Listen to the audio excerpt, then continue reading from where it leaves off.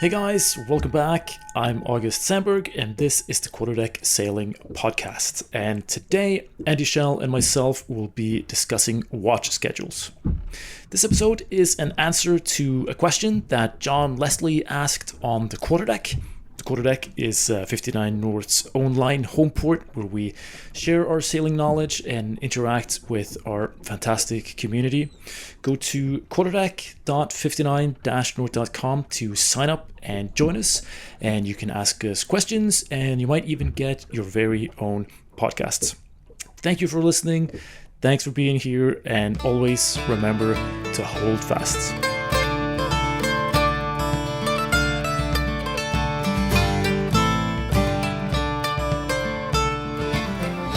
Right, we're back on. Good to see you, Andy. Good to see you, August. How are you doing today? Much better than I was yesterday. I've been on and off sick for a while, so I'm on the recovery now, though. But I feel good. Good. You look very good today, I must say. So I always look good, August. That is true. Your hair is kind of coming back now a little bit, and now I think this is just a very good look for you. I think. Thank you, Skipper. You also look good. I got to say, your new short hair. I love it.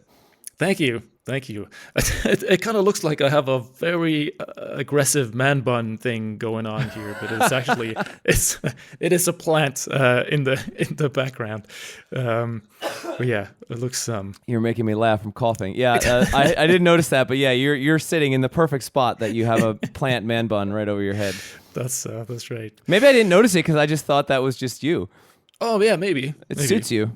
Oh, thanks. Maybe I'll try it out. Yeah, there you go. Cool. All right. So today we are going to talk about watch schedules, and we put a prompt up to our members on the Quarterdeck and asked what people would like to hear about or if they had any questions. And John Leslie, he wrote the trade-offs of different watch schedules for short-handed crews. Does a Pareto efficient schedule even exist? So that's a great question, and Charlotte Hathaway commented on that and said, I love the idea of a discussion of different approaches to watch schedules. I feel it's always a discussion that comes up, and there seems to be many different varieties for big crews and shorthanded. So I think we don't need to limit ourselves to only shorthanded crews and kind of talk about watch schedules in general, because we haven't done that before, actually. I think this is the first time on the podcast. Yeah, cool. I've been thinking about how to frame this, and I think we have to start this conversation, because first of all, I was like, I knew we were doing this today, and I was like, watch schedules, that's kind of boring. Like, I don't really feel like talking about this. But then as I got thinking about it, I couldn't help myself, and I was like, okay, this is why I think this is boring. Any watch schedule will work if you have the right crew. If you have the wrong crew, no watch schedule is going to work because you as the responsible person are going to be up all the time.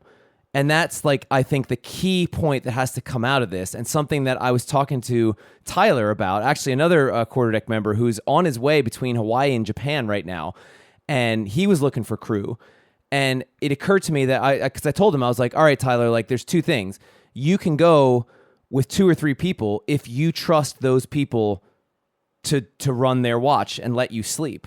But if you can't trust the other crew and you're going to be awake all the time, it doesn't matter what your watch schedule is supposed to be. It's going to break down and you're not going to get enough sleep as the responsible person. So I think that is like, you have to have that first before you can talk about a watch schedule, because am I making sense here? Oh, yeah. Like there's no watch schedule that's going to fix a crew problem. No, and I think the fewer the crew that you have, the more competent they have to be. I've always said too, like to people that are looking to get crew, I say, are you looking for an extra person and you can be in charge, or are you looking for somebody that can take some of the responsibility, in which case you should pay a professional? Because, the watch schedule is always going to be the hardest on the person in charge, because they're the ones that are going to have the hardest time sleeping. So I think we got to frame it around that, and maybe I don't know if we want to dive into that more, or if that's enough to say it there. But it is entirely dependent on the amount and the type of crew that you have fitting into that watch schedule. absolutely. Yeah. No, and there's many things that's gonna affect. Like we probably, as we usually end up doing, we're not gonna find an answer that's going to be good for everybody. It's going to be, again, it's going to be up, depends on your situation. And yes, probably the most important factor there is crew competence and size. And there's also things like what's the difficulty level, like what kind of passage are we talking about? What's the weather like? What kind of boat is it? Like how is it set up? How easy or hard is it to operate? Because, in many, if you have a very well set up boat and you're doing like an easy trade wind passage, doing the watch keeping can be quite easy. You're basically just an autopilot that's scanning the horizon, every 10 minutes. So, but yeah, no, it's all going to depend on the crew and a lot of other factors that comes up. So, if we do the TLDR version, too long didn't listen in this case, I would say, for me, my opinion, and then we can go into the details. For shorthanded trips, I like the 4 on, 8 off, 4 on, 8 off with 3 watches. You can do that with a minimum of 3 people. So 4 hours on, 8 hours off. That's my favorite shorthanded setup. For double-handed, which we effectively do on Falcon, the skipper and mate are effectively double-handed because one of us has to be awake all the time. I like what I've adapted from, I think it was from Chris, where you do 6 on, 6 off in the daytime and 4 on, 4 off, 4 on overnight. And that automatically cycles you through the hours, so you're up at sunrise sometimes and not. And 6 hours is a lot, but it's easier to stay awake in daytime. And that's also, you can apply that to straight up double-handed, or in our case, we have the crew on Falcon who are on a different watch schedule, separate from the staff, so to speak. And that's kind of interesting. You guys have 2 watch schedules going in parallel. That's it's allowed. So it allows the staff to overlap. But so my short answer is for double-handed, 6 and 4, for 3 people, 4 and 8, and I think for anything sort of in the middle, like a bigger crew, I think the 4-8 works really well. Having 3, if you have enough people to have 3 watches, you just get so much more rest that way. The 8 hours off. And if you look at, like, we did the transatlantic, me and Clint. We started it with 3 on, 6 off, but just doing 1 extra hour gets you 2 extra hours off when you're on a 3-watch system, and that's so worth it. The difference between 6 hours off and 8 hours off is like the difference between being able to fully recharge and have some extra time to like hang versus like you're in your bed when you're off watch and that's all you get to do. So that's a major difference right there. So that's the TLDR version is 4 and 8 or 6 and 4. Yeah, I think that's a really great point which you make there, and especially to John, who asked specifically about short-handed crews and about a Pareto efficient schedule. What does that mean? What does Pareto efficient mean? It means like how do you make it in a system where you can't add to anything without taking away from something else?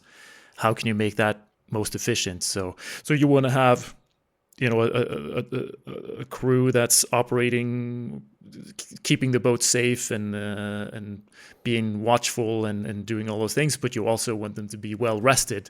Yeah. And how do you balance that? And you can't give more rest to one person without that taking away from somebody else's rest. So, well, that's where how you balance that. The 6 and 4 for double-handed works so much better because you can never get fully recovered with 4 hours of rest. You'll never wake up feeling rested. But if you can, so it's easier to stretch and stay awake for another 2 hours, knowing you're going to get 6 hours off, because then you can sleep for a solid 6 hours and you can then wake up feeling rested.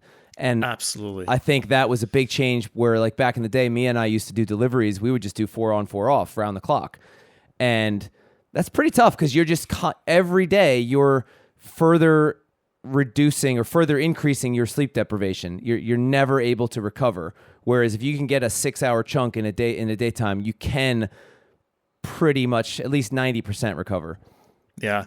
And it's also about the just minimizing the amount of watch changes that you do. Because if you do 4 hours, you need to change the watch a lot more often than if you do 6 hours. And every time you have a watch change, you need to get up, you need to get your clothes back on, and then you go in the cockpit, and you should have a pretty extensive handover period where you update the next person on everything that's going on with the boat. And then that person has to go down and get their clothes off and getting into their sleeping bag and actually falling asleep.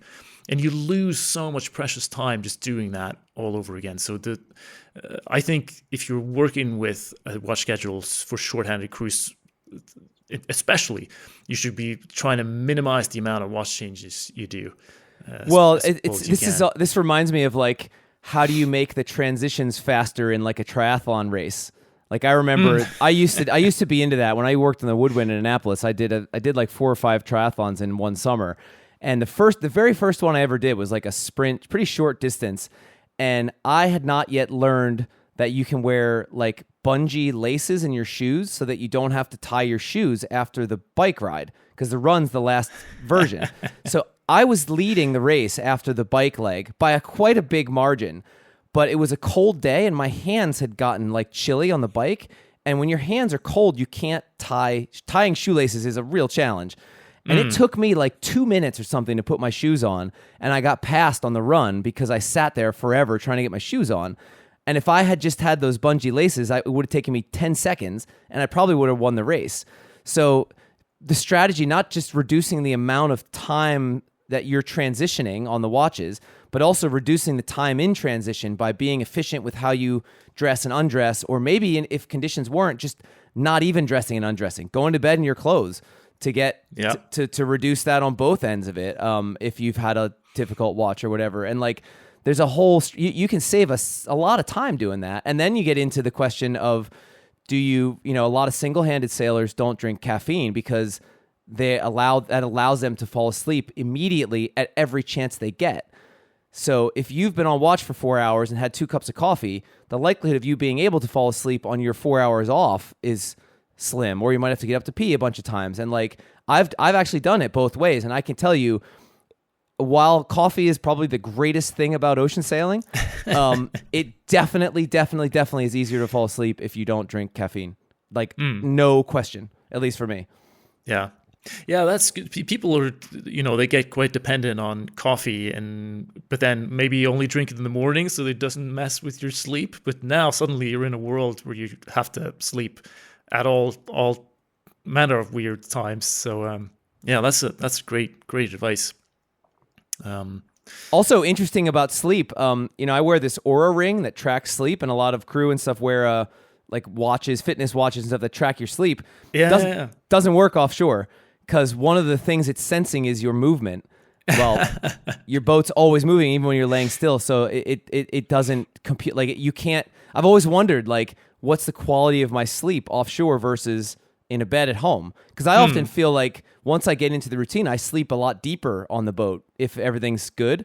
I'll never know because these devices don't have a calibration for, hey, I'm on a sailboat at sea. So if anybody has one that does work, let me know. That's very true. I feel like I also sleep much better at sea. Maybe, I mean, if I'm not in charge, if I'm not the skipper, then especially. Oh, sure. That's the difference there. I have that same favorite watch schedule that you have, but I think there's many different ways of doing it depending on all of these factors, size of the crew, size of the passage, all this. But I made just a little list of what I think any good watch system should include. That sort of will be a part of every good watch schedule. And point number 1 is to be simple. Hang on. Before you go through the list, what is the cardinal rule of watches? The number 1 cardinal rule about watch change. Never be late for a watch. Don't be late. Yes. Talking about efficiency and transition, do not be late. Do not be late. That's the first thing I ask crew when we go over this on the boat. Yeah. Because those last 5 minutes of that watch, when you're anticipating getting off, man, they go slow. And if you're 1 minute late, you're angry about it, the person that's coming down. 100%. Yeah, that's a super easy way to create friction on the boat is to be late for your watch. So yeah, no, that should be the number one point. And also, I mean, just it should be just very, very strictly adhered to. I find like not only should you be late, but you shouldn't be. You shouldn't cover for other people. Like it's not like, oh, I was feeling okay, so I took an extra hour and didn't wake the next guys up. And I don't like that at all. That's just helps the whole watch schedule system break down, and suddenly now you don't know whose watch it is. And I think I agree with that in philosophically, but sometimes in practice, you have to adapt it. And I guess your point is if you're going to adapt it or change anything, do so consciously instead of just letting it slip and slide. Because there are certain times when, like, if I'm on Falcon and I need to be on deck, I might be on deck for 2 hours more than I'm supposed to because we're running through a reefing maneuver or something. And then therefore it's like, all right, well, if the next watch is really quiet, sometimes Alex will just let me sleep. And I think that's like the only way you're going to recover. But I think that needs to be like deliberate and figure out how to get back on a schedule right away. And a lot of times, like you'll hear too, double-handed sailors will sometimes not have strict watches at all during the daytime, and they'll just like kind of let it ride, and depending on how. And I don't like that. I know it can work for some people, but I don't like that. I think I agree with you that it's almost like chart work. Like start with the highest degree of accuracy because you're going to introduce error in it in practice. Yes, I could not agree more. My next point on the list was it should run for 24 hours. Yeah, great. that's exactly right. Because I think, well, with that and also my point about it being strictly adhered to, it's just about trying to avoid a situation where the responsibility of this boat is like unclear.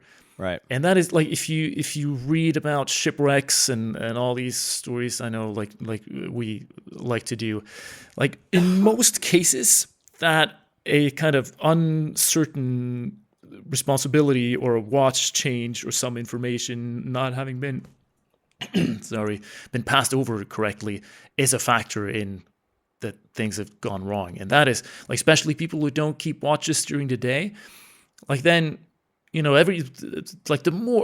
more sailors you have then in the cockpit, the more dangerous it is because everybody just assumes that somebody else is looking out for things, and you have this responsibility pulverization, and nobody's looking out for anything. I have a story to share on that note. Mia and I were sailing Arcturus double-handed from Annapolis to Newport, the very first leg of our first transatlantic. This was in 2011, and we were both like hanging out in the cockpit. It was a beautiful sunny day. We were wing on wing, sailing downwind. We were playing cards or doing something, and the wind vane was steering, not really paying attention. Nobody in sight. We were far, maybe 100 miles offshore, and like I just, for no reason other than I guess I was doing my job, I just looked up to because we hadn't seen anything for a while, and I looked up, and I'm serious, probably 300 yards dead in front of us was a fishing boat just bobbing along. And if I hadn't paid attention, we would have sailed right into it. We were only going like 4 knots or something. Like it was calm day, but like right there. And I was like, oh shit. Like to your point, neither of us were on watch. We were both of us, but neither of us were on watch. And it's like, oops, let's change course here. Yeah, exactly. There you go. That's the kind of things that you might run into. And also it's also very dangerous when you have somebody who's on watch and it's a beautiful day and the next watch is in the cockpit. They're hanging out there already because it's a nice day and everybody's up, and then the time of the watch change, it comes and goes, and maybe an autopilot is on and everybody's just chatting, having a good time, and the team who was on watch just assume that the next team has taken over at that point, but the next team haven't checked the watch, and then you can have this window of just nobody believing that they're responsible for the ship. So I think also these times need to be even if everybody's there and everybody's up, it should be very clear who's taking over responsibility for the boat. On that subject, how do you feel about like the one skipper, co-skipper kind of deal? Let's say in a larger crew, like for example, when I'm on Falcon or back on Ice Bear, like Emma and I, when she was on watch, I was still the skipper, but she had charge of the deck. Like she could make the decisions whether we needed to reef, all that stuff without waking me up. But there were certain big picture things that I still wanted to be woken up for. But where do you stand on like the sharing of responsibilities in that context? I think it's good. That you have you can have a watch captain who's in charge of like up to a certain threshold, and then the skipper takes over. And then it should be quite clear in like the standing orders of when to wake the skipper up and what can be done by the crew, if that's a mate or if it's just the crew that's on watch at that time. I guess that really comes down to the experience and the level of the people aboard. Like, when do you want to make sure you wake the skipper up, and what kind of decisions can be made? Yeah, I guess this goes back to what I said right at the beginning. Any watch schedule is going to break down if the skipper's awake all the time. And you have to have people that are capable of doing sort of a minimum amount of responsibility on watch, from trimming sails to maybe even reefing, stuff like that. Because like if you don't give them any responsibility and say you have to wake me up anytime anything happens, then you as a skipper, you're never gonna sleep. So no matter what the watch schedule, you're gonna be toast. Conversely, if you say you're 100% responsible, then what's probably gonna happen is you're gonna wake up when something bad happens and have to scramble on deck in your underwear and fix whatever is wrong. So like having a clear understanding of what the crews, and it can be different on each watch. Like maybe crew A is almost equally competent to the skipper and can do a lot more than crew B, who may have a lower sort of threshold of standing orders when they need to wake the skipper up. So at least the skipper's getting one off watch where they get a full off watch of rest, and then the next off watch with a less experienced crew, or it doesn't even have to be experienced, less trustworthy. There you go. Less trustworthy crew. They might feel like, all right, I'm on call now. I'm still going to be resting, but I'm going to be up more often than I would otherwise be. Yeah. I mean, the scariest type of crew are the ones where their confidence is very high, and often higher than their skill. So they think they might go and do something, make some calls that they should have included the skipper in. Yeah. And I always stress this on our trips, and I believe you do too, that you need to, if you're in doubt at all, you need to wake me up.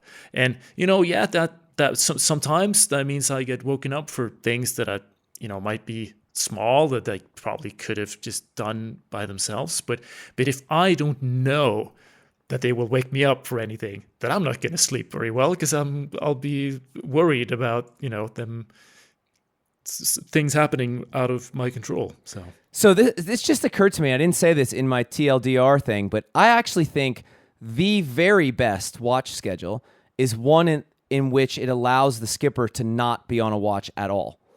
That was my next point on the list. Fantastic. Holy shit, Andy. Well, there we go. Great minds. Great. That is great. Yes, I think so too. The skippers should be floating and not have to keep a watch. But then you're free to jump in and take a watch if well, I was going to say, when things, like for me personally, when things are calm, there's nothing I like greater than being alone in the middle of the night on watch. So I could steal, if you have 2 4-hour night watches back to back that end at midnight, I could jump in and say, I'm going to take 2 hours from the 8 to midnight shift and I'll do 10 to 2. So I'm giving 2 hours of extra rest to both of those watches, and I'm getting 4 hours, and it could, or 2 hours, 11 to 1 or whatever. And I get that precious time alone in the cockpit to philosophize and look at the stars and stuff. Yeah. But then when things are bad, when people need an extra hand on deck, you always have an extra person that is fresh to jump in whenever needed. And then you have one person that's all they have to think about is the big picture and weather routing and all that stuff. So if you have the numbers for it, that's and in that case, like I would say, shorthanded, it would be a 4-person crew where you have 3 solo watchkeepers and a skipper that floats. I think that's like the best scenario. Absolutely. And it's also a just like a safety thing, like having a rested skip, because things do go wrong and it can happen at any time. And just having a skipper that is well rested and at any point ready to stay up for 30 hours if need be can be more valuable than a lot of safety gear that people are lugging around. So there's Moitessier writes about this, I think, in the Cape Horn, the Logical Route book. I should dig up the quote, but the gist of it is, he's like, when shit's bad, the captain should expect to stand at the helm for 5 days straight if he has to. But when things are calm, nobody should ever expect to see the skipper. Right. Yeah, that's a good one. I like that. Yeah. I think there's a lot of wisdom to that. One thing that we haven't discussed, and that I don't have a lot of experience with, is a rolling watch system, so that you don't have specified watch teams, but you may have a watch that lasts for 3 hours, but every hour somebody changes, so that you have a continuous rolling of the watch. What do you think of those setups? So we did that on the first couple years. We did the Caribbean 600, where me and Paul Exner were co-skippering the race, where I was kind of the skipper, but he was the racing skipper, and we basically did it. So every hour, I think we had 12 people on the boat then, which is way more than you'd normally sail with. But every hour somebody came up, and then every hour the roles changed. So like if there was I think we had 6 people on deck at any given time. So every hour, if I was on the helm, now I'd move to nav. If I was on jib trim, I'd move to main trim. One person would go down, new person would come up, and and the new person that came up, their first role, I think, was just maybe nav or something to get them into like observing and give them an hour to sort of get their bearings before you jump straight into a job. Then your jobs got sort of progressively more difficult until you went back off again. So that's good, I think, in like an educational setting like that. I think that worked really well. The real downside I find is it's so disruptive to the people that are trying to sleep, because every hour there's commotion.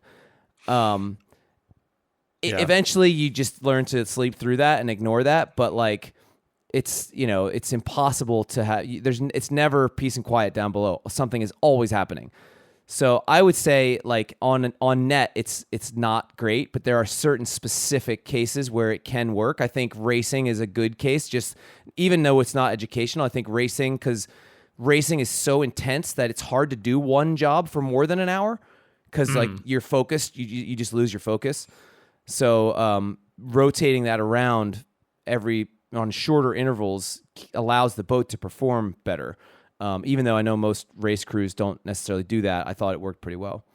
Yeah, I think, I agree. It certainly has its benefits. One of them being that you can actually take an hour to kind of ease into things. People shouldn't be, put on the helm in like a big downwind situation when they woke up 10 minutes before. Like, it's a good idea for people to at least wake up a little bit before you put them into that. And also, that it minimizes, as we talked about at the top here, of making things efficient. That means you don't have to take 15 minutes out of everybody's time to do a handover of the watch, because that can then happen kind of continuously. That's true. That's a good point. And you'll always have somebody. There'll be like a continuation of that situational awareness in a bigger way. Because there's always somebody on deck that's been awake for at least an hour. Yeah, that's right. And it's also good if if you're uncertain of how you would want to put people up into watch teams and you're having a tough time kind of finding good pairings, that could be a solution where you'll rotate just for the social aspect. Well, even beyond just the good pairings, but like if you're a group of friends or whatever, if you split into watches, you don't see the other watch until you get to port. Like you spend no time with it. It's why we do a staggered watch on Falcon where the staff and the crew have a different watch schedule so that we get to sail with everybody else as staff. The crew don't get to sail with everybody, but at least we get to see everybody. So that's another good point, just purely social reasons. Yeah. It does kind of come into conflict with my first point on my list, though, of being simple. I think it gets very because it becomes a very confusing kind of a situation with a very complicated system, and people just they just wake up when people tell them to wake up, and then they go to bed when people tell them to go to bed, and there's no. When you have a set watch, people kind of take ownership of that much more than in a rolling system. Right, because in a rolling system, everybody's on their own watch schedule. Yeah, and it's just like it's too confusing. So people are just all right, okay. Oh, I'm on now. Okay, that's fine. Yeah. Oh, I'm done. Okay, see you next time. It just becomes more of like just any kind of job almost. Well, but when you go ahead. Sorry. Yeah, no, when you have a watch and your watch has a name and you have a watch mate and people will like talk about, tomorrow I'm having the second dog watch and I can relax. And you have this little bit of like competition between the watches. And I like that. And I find that people kind of take more responsibility then. I agree with that. For the boat. On that point of simplicity, like I said at the beginning, my favorite watch is the 4 on 8 off if you do 3 watches, but there's variation on that. You just mentioned the dog watch thing. If you do a strict 4 on 8 off, the hours are the same. So if you're on 4 to 8 in the morning, you will be on 4 to 8 in the morning, 4 to 8 in the evening, every day exactly the same. I actually find that really good in one way because your body acclimates to those sleeping schedules and it's much easier to stay awake and then fall asleep once you get into the routine. So in that sense, that's really good. The downside of that is the 4 to 8 watch is the best watch because it's sunrise and sunset. If you're on the 12 to 4 watch, you've got middle of the day, which can be hot in the tropics, and middle of the night, which is the hardest to stay awake. Although I middle of the night is kind of my favorite watch in some ways. So a way to mitigate that is to split the evening watch, where the 4 to 8 p.m. watch becomes 4 to 6 and then 6 to 8. And it's a mini watch. And then that kind of creates this every day then the watches shift by one block effectively. So you're never on the same, and it recycles every third day. So you're never on the same hours every day. So everybody gets to enjoy the sunrise, sunset. And then at 6 p.m. when you do those mini watches, that's like a nice time to have meals where everybody can be awake at 6 p.m. And that's the way we used to run things on Eastbjorn before we moved over to Falcon. So I don't know if you guys still use that, but that's also, I think, like, well, first of all, the 4 to 8, like if you have a ship's bell clock, that's like the old military watch schedule. The way the bells ring, they ring on a 4-hour watch schedule. And I like keeping that watch purely for that fact alone, that you can have the bells synchronized with the watches. I love that. Totally. Yeah. I mean, that's how I still run things on Eastbjorn. That is my favorite way of doing it. So you have the 4 on, 8 off, and you do split the dawn watches. So you have that, 4 to 6 and then 6 to 8. And it's wonderful. You know, it ticks every box. Everybody gets to do everything, and it works super well. And also, it's me. I'm a history buff. I love these old things, and if this was good enough for Nelson, who am I to say that? So something to come up with a better wheel than this, I think is great. And also, you get to use the bells that's ringing, and you get to use the names of the watches, the forenoon watch and the morning watch, and it's it just feels very proper. So that is my favorite way of doing things. I don't always do that, but that's kind of my go-to. Speaking of names, what is the dog watch, and how did it get that name? That's a good Good question. I don't know. You're the history buff. Come on, you got to have an answer for this. That's true. That's true. Should we ask ChatGPT? Yeah, maybe the dog watch. I mean, it's probably because it sounds like it would be the worst watch, right? Yeah, but I think when they say split the dog watch, I think it's like the mealtime watch. It is, yeah. Yeah, like That's time right. to feed the dog, I guess. Oh, maybe that's what it is. We got to do better than this. We got to find an answer to this. We're supposed to be the experts here. Hang on, I'm going to look this up. What is the dog watch in maritime history? Let's see. The dog watches. Okay, here we go. From the Royal Museums in Greenwich. This should give us a good answer. Life at sea meant short bursts of work followed by short periods of rest. These 4-hour-long segments of the day are called watches. These are divisions of the working day as well as the members of the crew that work these shifts. Because a ship needs to be manned 24 hours a day, the crew are split into 2 or more teams or watches so they can sleep and relax when not keeping watch. The first watch is from 2000 till midnight. The middle watch is from midnight to 4. The morning watch is from 4 to 8. The forenoon watch is from 8 to noon. The afternoon watch is from noon to 1600. The dog watches. The next 2 watches are divided into dog watches. The first dog watch is from 1600 until 1800, and the last dog watch is from 1800 until 2000. So that's exactly what we're talking about. The dog watch divides the 24-hour working day into an uneven number of watches so that the watchkeepers do not keep the same watches every day. It doesn't tell me why they're called the dog watches, though. Stephen Maturin from Patrick O'Brien's Aubrey Maturin novels would tell you that it's because they're curtailed. Is that supposed to be a joke? Like curtailed? It's a very bad joke, but one that Captain Aubrey enjoys a lot in the books. Zinger. Okay, well, yep. Bam. That was that's our answer. It turns out we were right, but why? Still, I'm not satisfied. If somebody knows why they're called the dog watches, tell us. Tell us, please. Great. Well, there's a little bit of mystery in there. That's great. Yeah, I would say also that this is my go-to that I think works really well. I also find that the 4-on 4-off system works really well when it's a short passage, like when it's only a couple days. Or, what do you define as short? Like anything less than 2 days, maybe. I was gonna say 3, but okay. Yeah, I guess because then you won't get as much sleep as you would want to, but then you'll just have more hands on deck. It's even simpler to set up, and that's pretty good.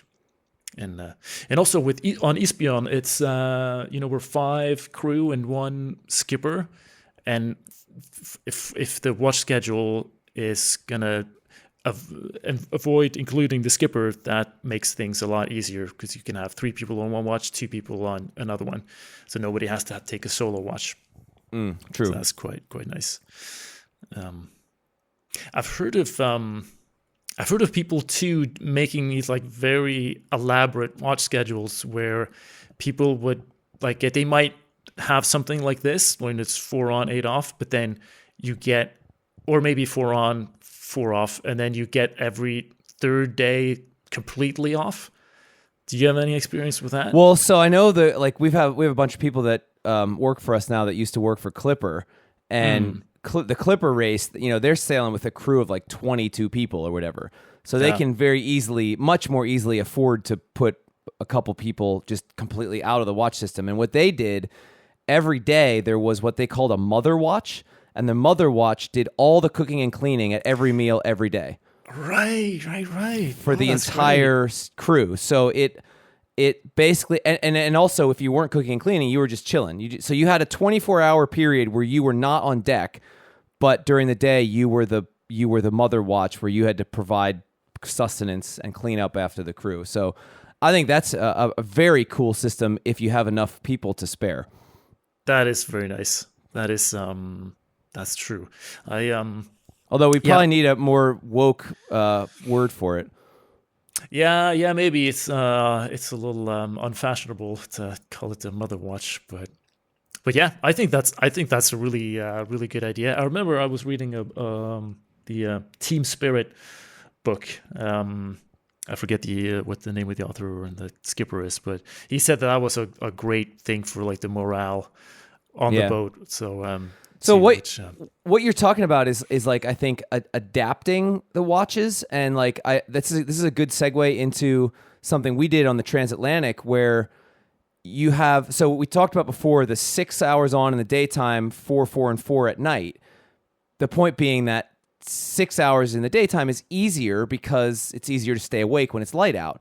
However, when you're sailing in the tropics, that becomes, we sometimes flip them because it's so freaking hot in the daytime that you don't want to be outside for that much time. So you do the 6 hour chunks overnight when it's cooler temperatures, and the shorter watches during the daytime. So that's one way to adapt that same schedule to the conditions that you have. Another way is like, if you have a larger crew, same thing we did. We actually kept the 6 hours in the daytime on my transatlantic, but what we did, it was so easy sailing. It was wing on wing. There was only one person doing anything, the helmsman.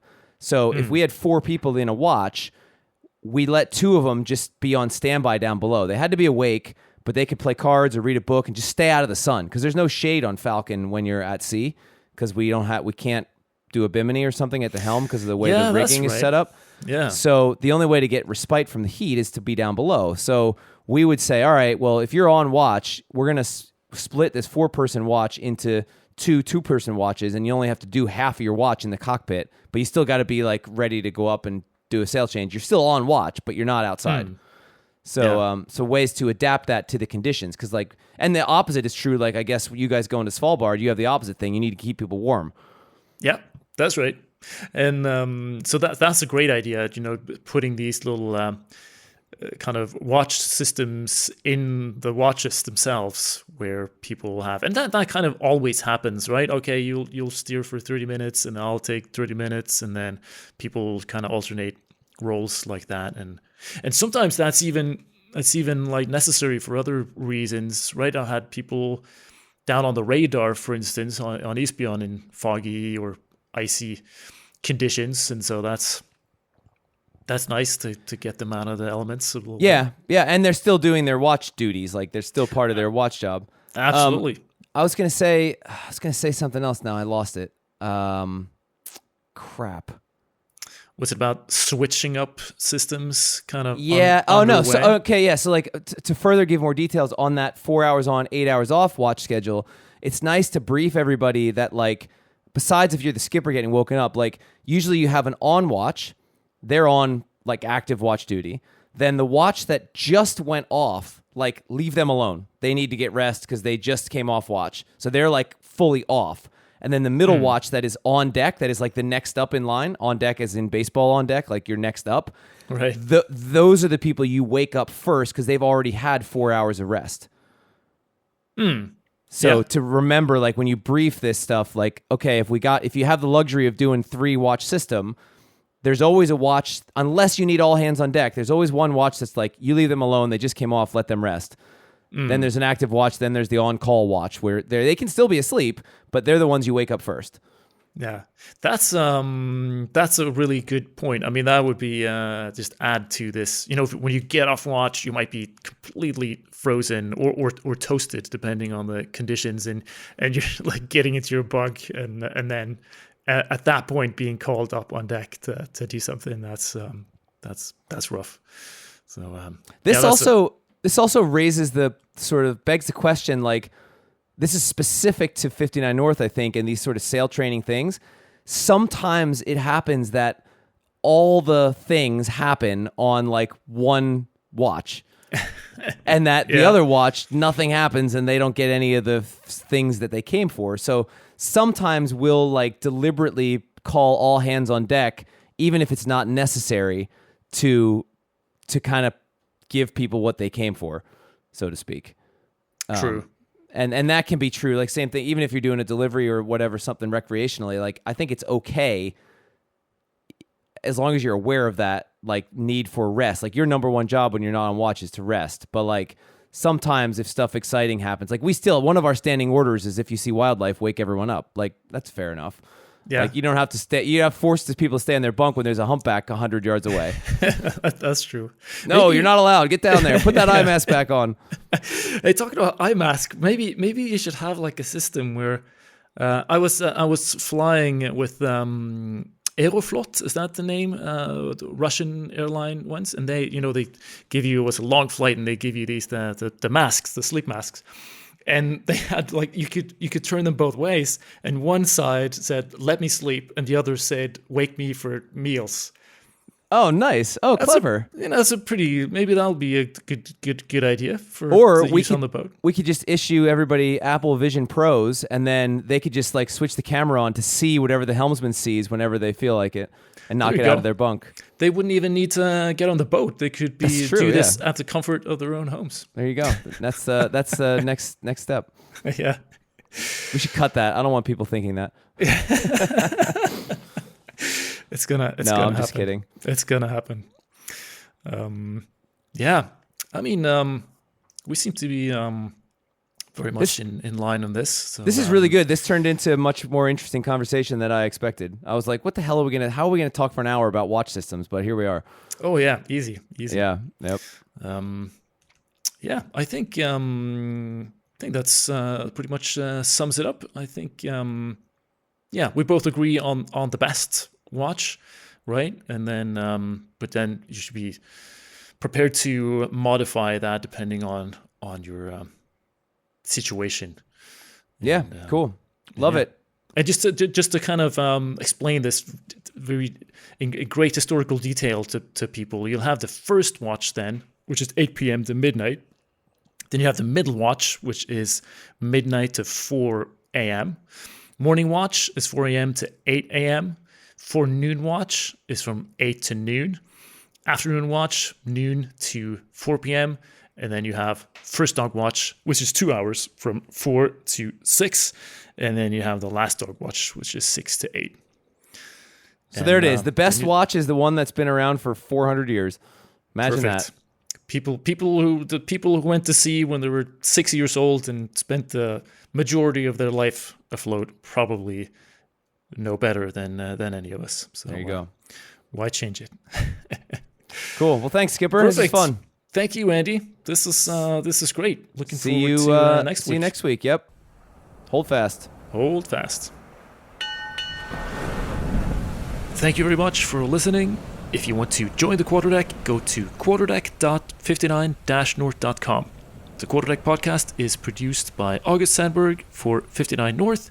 Music is by the Storm Weather Shanty Choir.